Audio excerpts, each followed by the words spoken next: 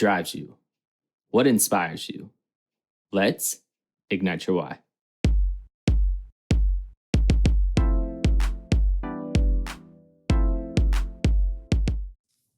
Welcome back to Ignite Your Why podcast. I'm your host, Austin T. Gullett, and we're here to have genuine conversations with authentic people to help amplify their voice and figure out what ignites their why. Today's guest was born and raised in Fort Wayne, Indiana, but he currently resides in Covington, Kentucky. He has spent over 27 years working in financial services, and currently he works at Fidelity Investments, and most recently accepted a role at Holy Cross High School as the Senior Associate Athletics Director of Finance and Strategy, on top of being a varsity assistant baseball coach at Holy Cross as well. With that being said, let's give a warm welcome to Rob Harber. Rob, how are you doing today? I'm good. How are you, Austin? I'm good. I feel like last week I was talking about being excited that soccer season was winding down, and this week I'm kind of sad that it's over. So it's a mixed emotions. Yeah, congrats on the season. I saw the news that your player Miguel Kennedy, he got all district, right? So congrats on that. Yes, he did. And we pushed for him to get the Northern Kentucky top high school player of the week.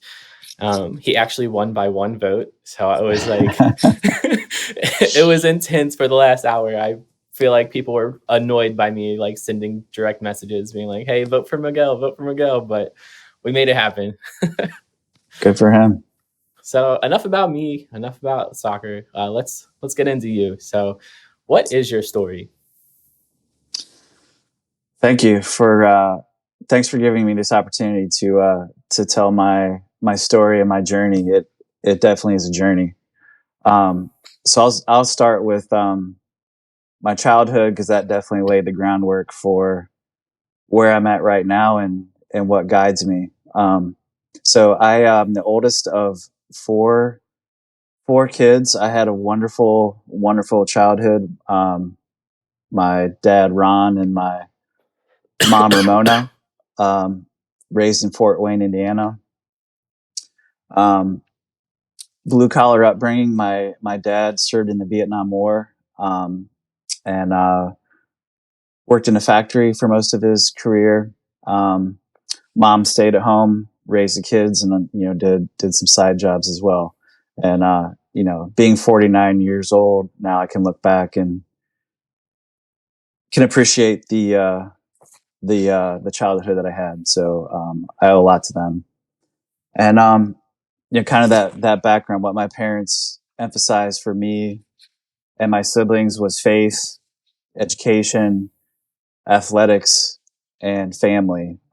So faith, we were all raised in the Catholic Church. Focus on education, no explanation there. Athletics, my dad, he chose to coach all of us in baseball growing up. So he was our coach from Knothole. We call it Little League up there, but Knothole through the high school travel teams and all that.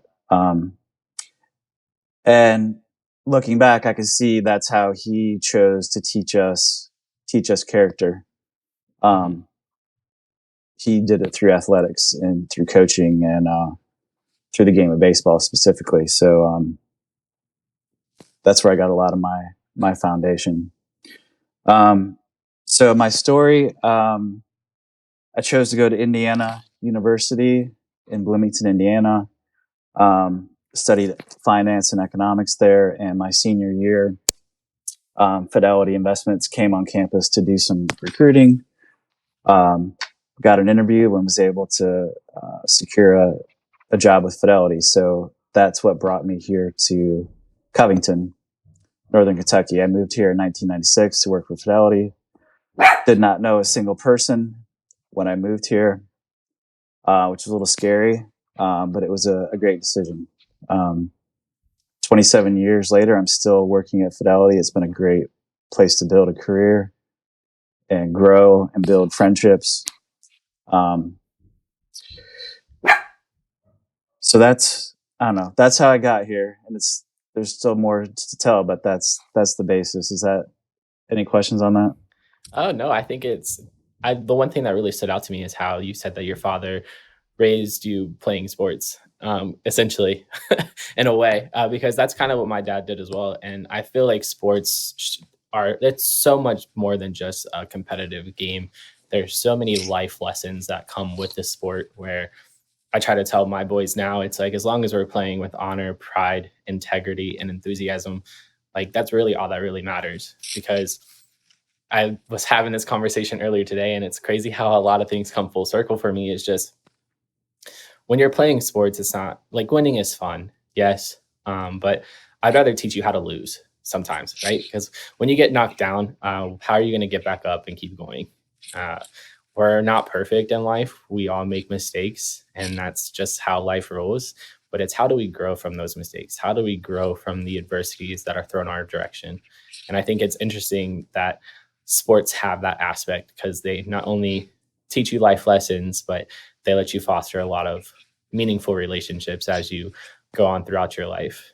Um, and another thing that, like you were alluding to earlier on, was just it's crazy how when we get older in life, we kind of look back and we can respect all the things that our parents did for us. Because when we're young, we kind of think it's annoying, and we're just like, "Oh my gosh, they're here they go again." But in reality, it's all out of love, and it all has a purpose behind it. And I think that's the biggest thing. My Yeah, one question, yeah, well said.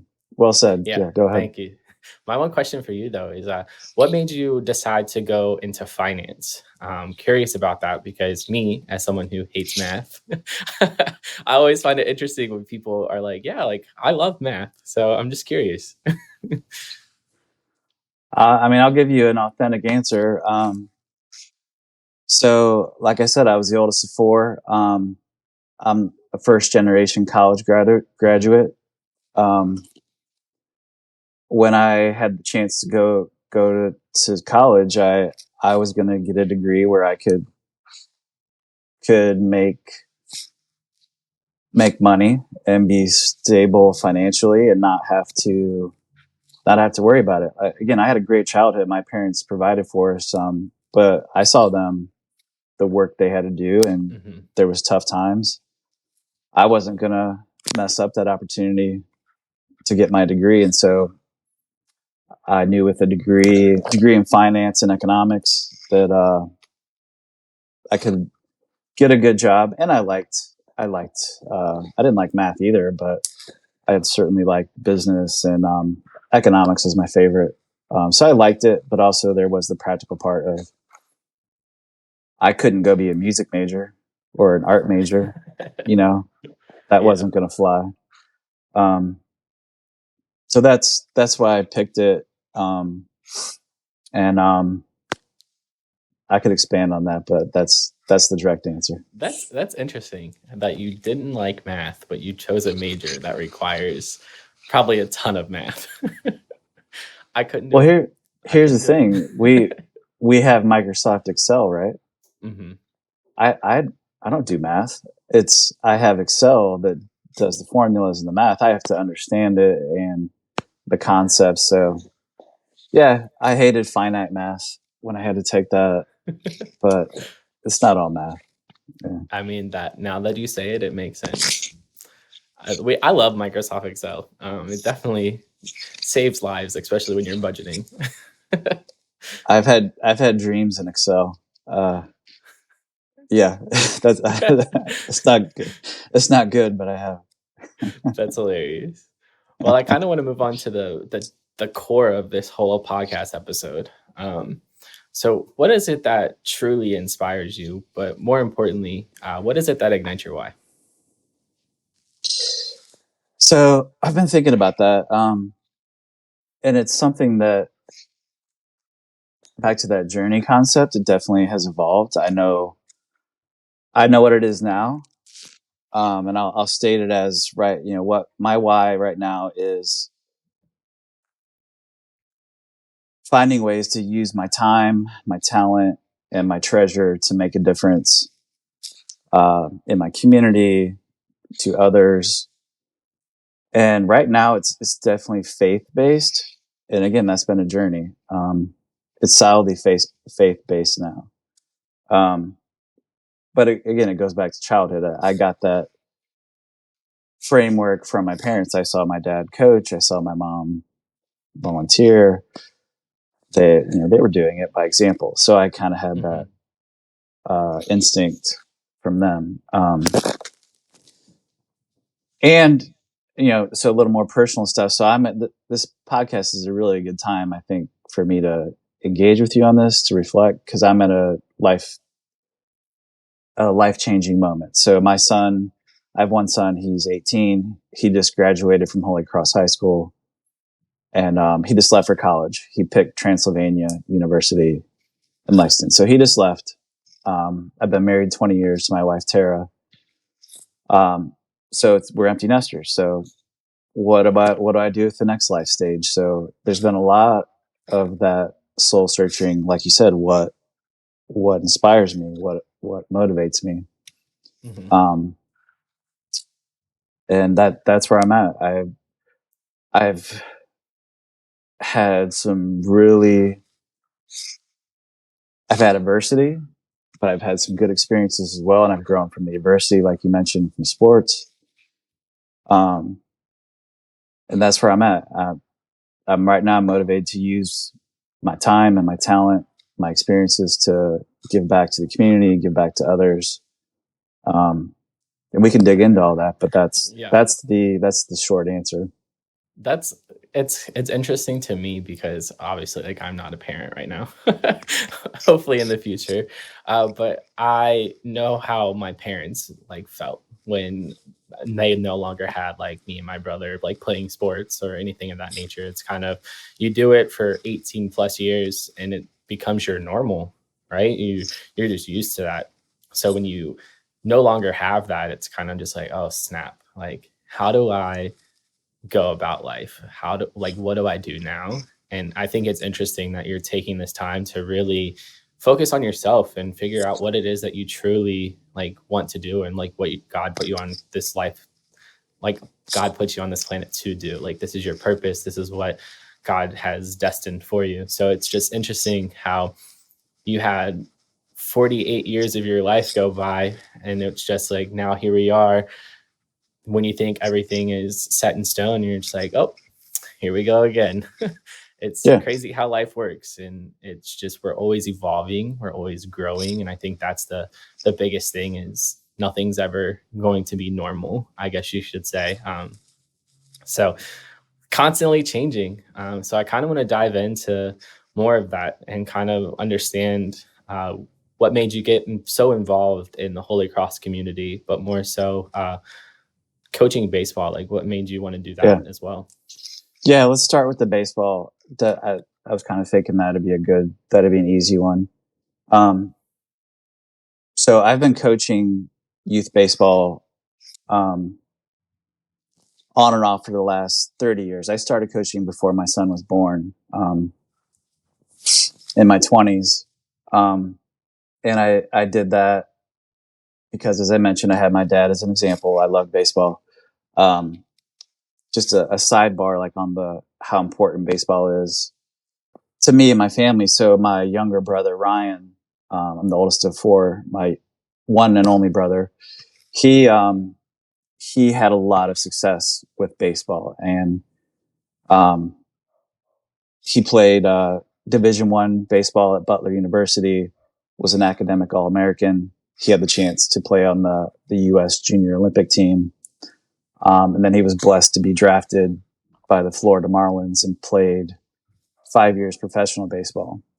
So, our family being on that journey with him was wonderful. And we'll both give credit to my dad as well. He was our coach, and not only did he teach us how to play baseball, but like I said, he taught us the character stuff. Mm-hmm. And that's what matters when you, not only in life, but when you get to the college level. Guess what? You're all talented. What's different is, are you coachable? Are you a good teammate? When you get to the pro level, you're all studs. Mm-hmm. And again, can you handle the adversity? And it's a job. It all comes down to character. So, again, credit to my dad.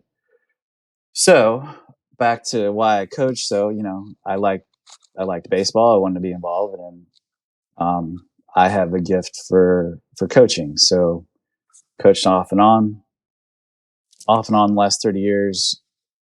My son played baseball, um, and tying it back to Holy Cross, my son chose Holy Cross for his high school, and he played 4 years varsity baseball there. And while he was there, I did not coach. I did not want to coach because that was his space. That was for him to grow and learn from other men, other coaches. So I kept the scorebook. That's what I did for 4 years. I kept scorebook, didn't say anything to the coaches. That's not a parent's job, right? Parents just there to support. But my son graduated May of this year, and the varsity baseball coach, Rob Wormling, he reached out to me, and he knew now that my son was gone that I'd be open to it, and he asked me if I wanted to come on the varsity staff and help him with coaching, and I said absolutely. So that's been the journey to Holy Cross and for baseball. And here it is, the fall. We've one thing I brought to the program is a workout program. That's something the kids didn't do before, and I brought that. And right now, here this fall, 2 days a week, I've got 18 players showing up in the weight room down there, and we do a full body workout, and it's been great getting involved and seeing them, or the kids already buy into this new concept of, guess what, we're going to work in the fall and start building the teamwork and focused on our bodies. So it's been very motivating. I mean, that's when athletes are made. A lot of it's all built in the off season, and I tell my boys that all the time. Where it's just, you can have all the skill in the world, but if you don't put in the work outside of your season, you're doing yourself a disservice, because you have to practice, and the best way to get better is in the off season, because in the season you're in game mode, where it's like you're preparing for games, we're trying to prepare for the next game, and it's not necessarily working on those technical and strength building skills, because it's not the appropriate time to do that.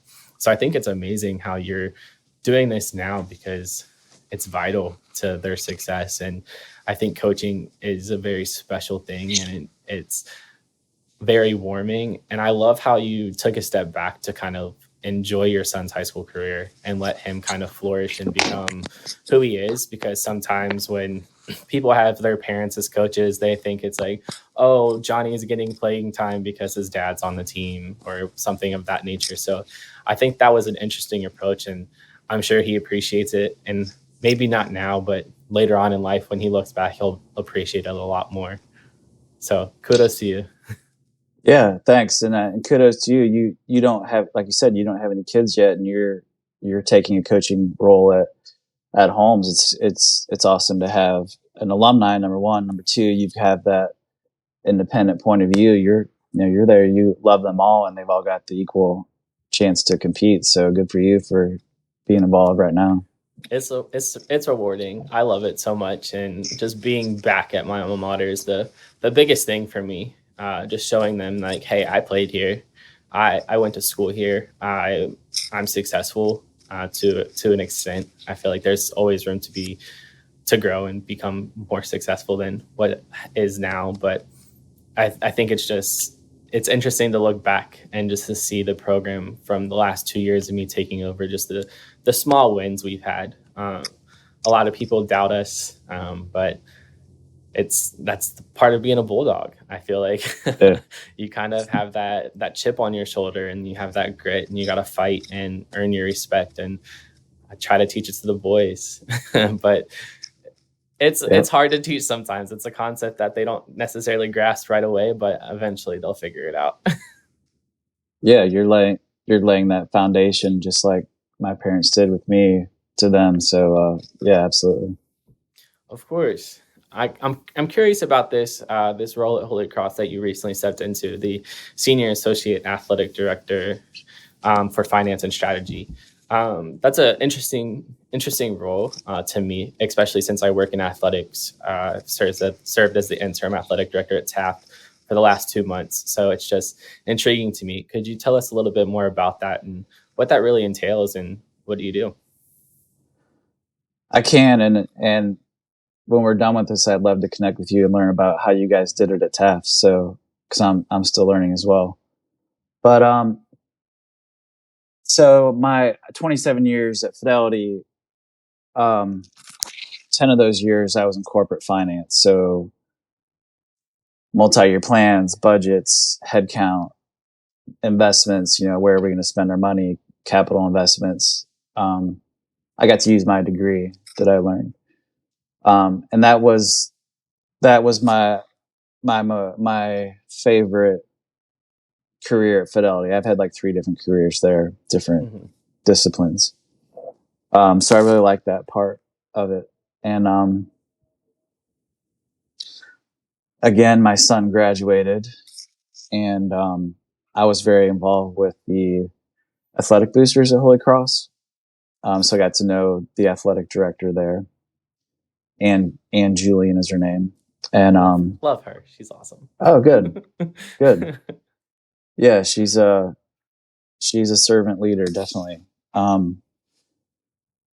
So when my son graduated, she reached out to me and asked if I would stay involved some way, and we talked about how to best do that, and we agreed that she created the role of assistant athletic director, focused on finance and strategy. So we're working to create not just a 1-year budget, but a 5-year Right. plan. Where are we going? We would like to have some nice facilities, just like all the other high schools have around here. And that takes a multi-year plan. How are you going to get there?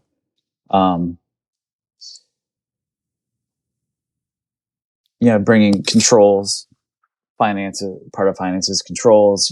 Are we making sure we're making the revenue we should on the events, expenses, budgets, revenue, Money, dollar expense. signs. Yeah.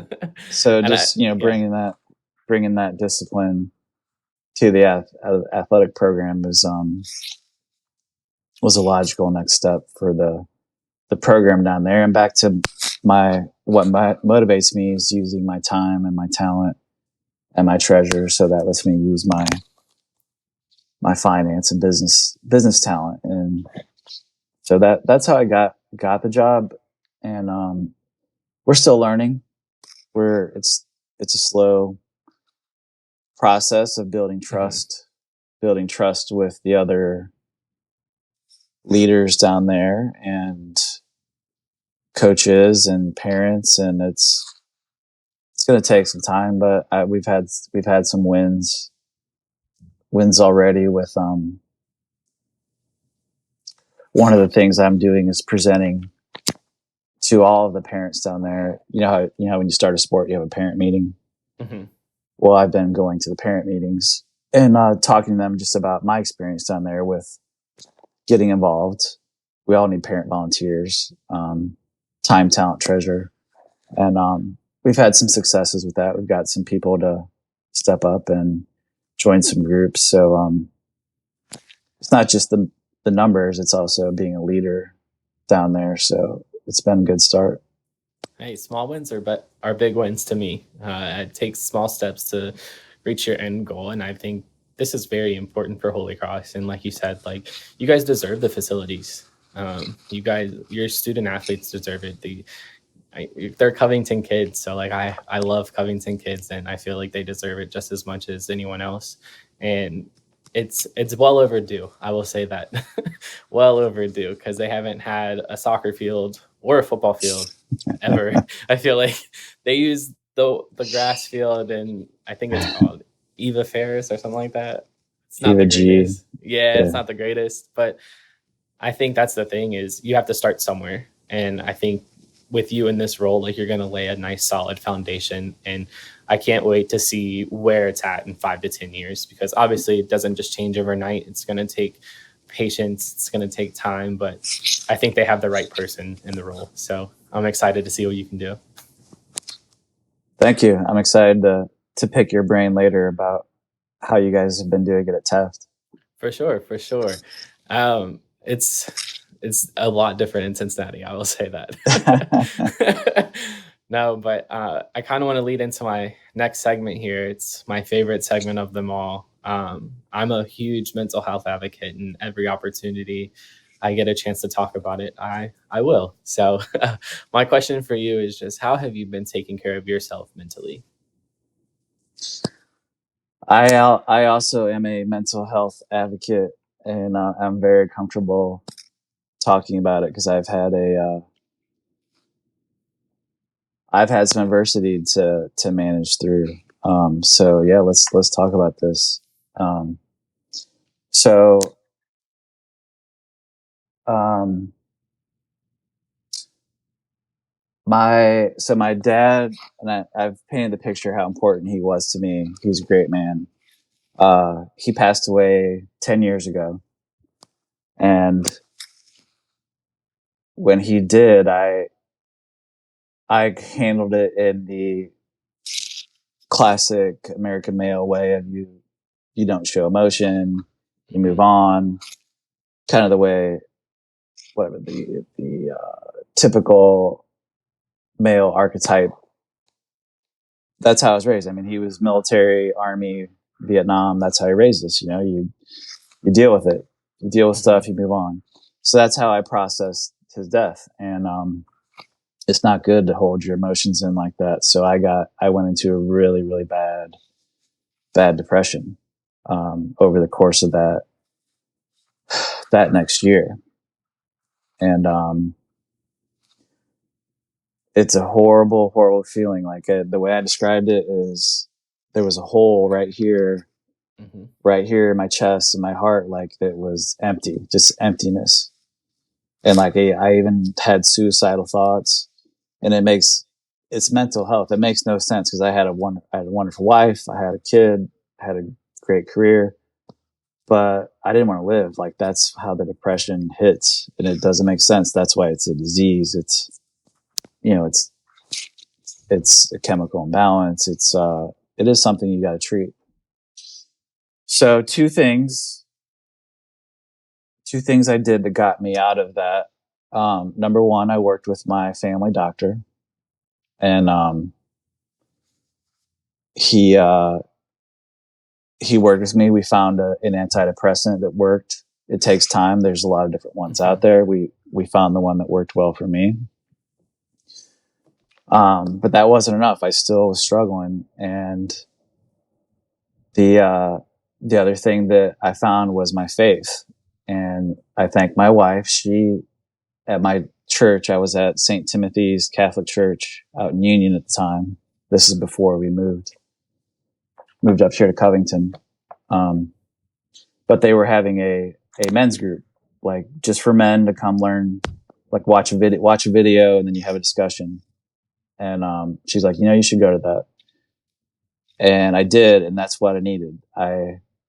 I met 5 other guys at this table. There's like 25 guys that did it, but at my table, I met five other guys, never knew them before. And this like 12-week program, once a week we met and got to know each other and shared that we all struggle with life, and it's okay to show emotion, and it's okay to ask for help. And we learned how to lean on our faith and other men to help each other. So I found brothers. I found a brotherhood, and that's taking that forward here 9 years later. I'm now at Holy Cross Church. I lead a men's group there. So I took that experience from St. Tim's, and now I lead every Wednesday. We have a men's group there, and there's 5 or 6 of us that regularly show up. Anybody's invited. But I've got a new set of brothers, Holy Cross. So connecting with them, continuing that brotherhood, that helps me with my mental health. And I continue to take a low dose of an antidepressant. It just keeps me even instead of big ups and downs.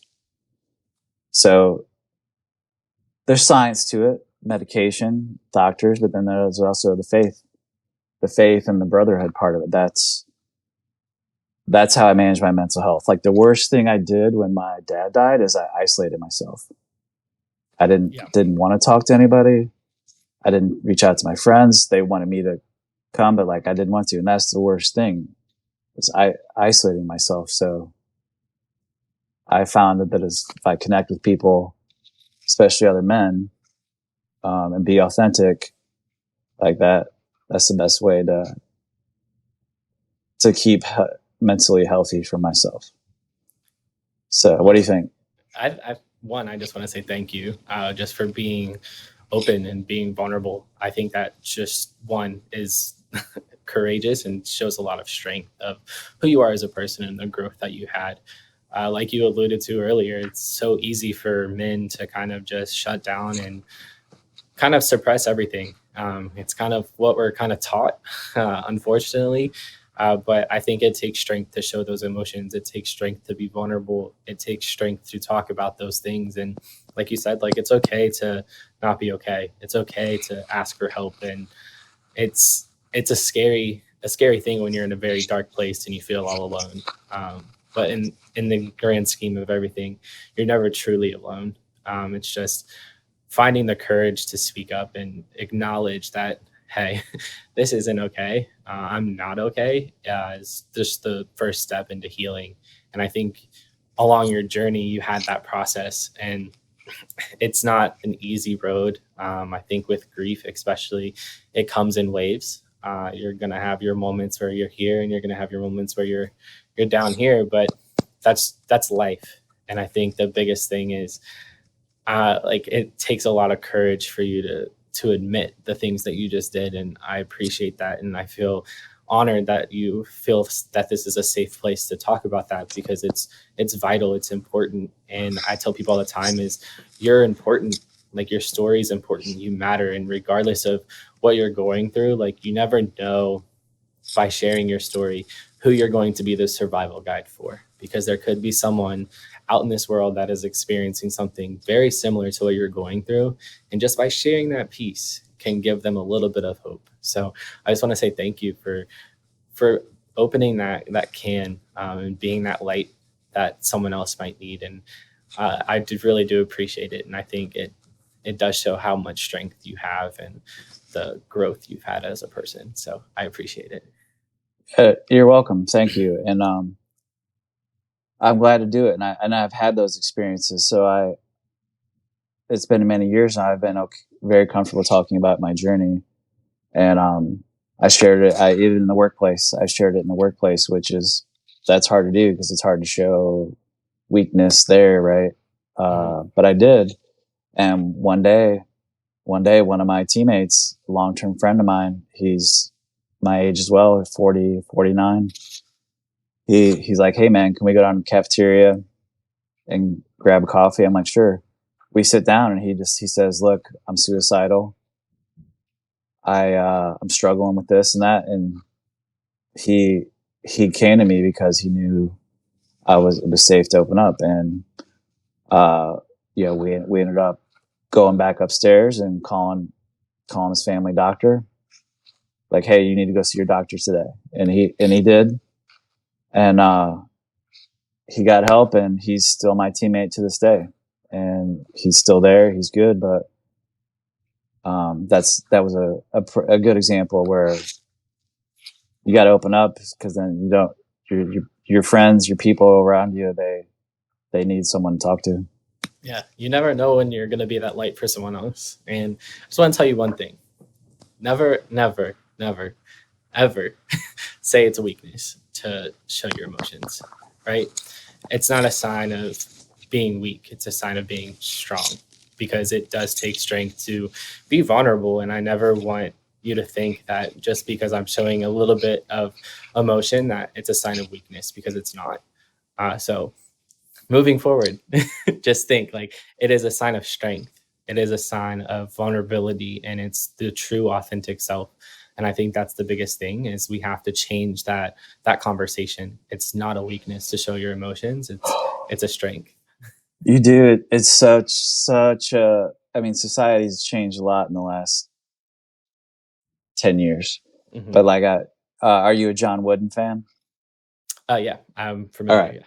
So greatest coach, greatest coach ever. I mean, from a, pure team success, but he has his pyramid of success. I don't know if you're familiar with that, but, and it's great. It's faith-based. Um, and I've got it right in front of me. And right there, he has 12 lessons in leadership. And number 4 says emotion is your enemy. And that's a carryover from that generation of the archetypal male stereotype, so it's a slow thing that's changing. Mm-hmm. It's okay to be vulnerable, right? Even from great leaders like that. So thanks for saying that. You're right. It's okay to open up. My therapist always tells me our emotions are our friends. It is okay to feel. I don't know if you've ever seen that like expandable ball. You know what I'm talking about? Like where you can Yeah, expand it. That's yeah. kind of like our emotions, right? We have the control to kind of decide what we want to feel and when we want to feel it, right? If we want to stay out here, we can do that. But it's okay if we want to feel inside here. Like that's how she puts it, and it's Yeah. a weird analogy, but it makes sense, because a lot of times as men, like, we're living out here because we don't want to feel those emotions, but it's okay to feel those even if it's for 5 minutes, right? You have the Mhm. power and you have the control to cut it off. She kind of tells me all the time to take. I try to do it every day. It's kind of like an elevator, right? I live up here a lot in my head, Yeah. right? So she tells me, she's like, it's okay to feel down here. So take the elevator down, feel what you need to feel. And if you want to stop, you can go back up. And that's the thing of healing, is it doesn't happen in an instant. It doesn't happen overnight. It takes time, and any progress is good progress in my eyes. So Therapy's great. Everyone should go do it. But I like 100%. that. I like the 100%. elevator. It's just like when you get 5 minutes to yourself, whether it's right before bed or early in the morning, just take time to feel what's down here. I think that's the biggest thing, is a lot of times we lose touch of our true emotions because we're trying to put on this facade that everything's great, everything's going well, and you don't want people to look at you differently or think of you differently. But in reality, like, who has you? Like, at the end of the day, it's me. Like, I gotta protect me. I gotta make myself happy and do what I need to do to be the best version of myself. And I think that's what it really comes down to. Yeah, we got to put in the work. It doesn't happen overnight, so don't people don't think it does. It is a journey. It is a process, but you have to just kind of enjoy it. You're gonna get knocked down, and it's just, how do you get back up and keep fighting? That's the biggest thing. Always keep Yeah, going. that's right. So I really do appreciate you, man, for taking the time out of your day to talk it up. I love talking to people, especially people that are helping our Covington community. It warms my heart, because our kids deserve it. So if anyone wants to continue having a conversation with you about anything that we've talked about today, what would be the best way for them to get a hold of you?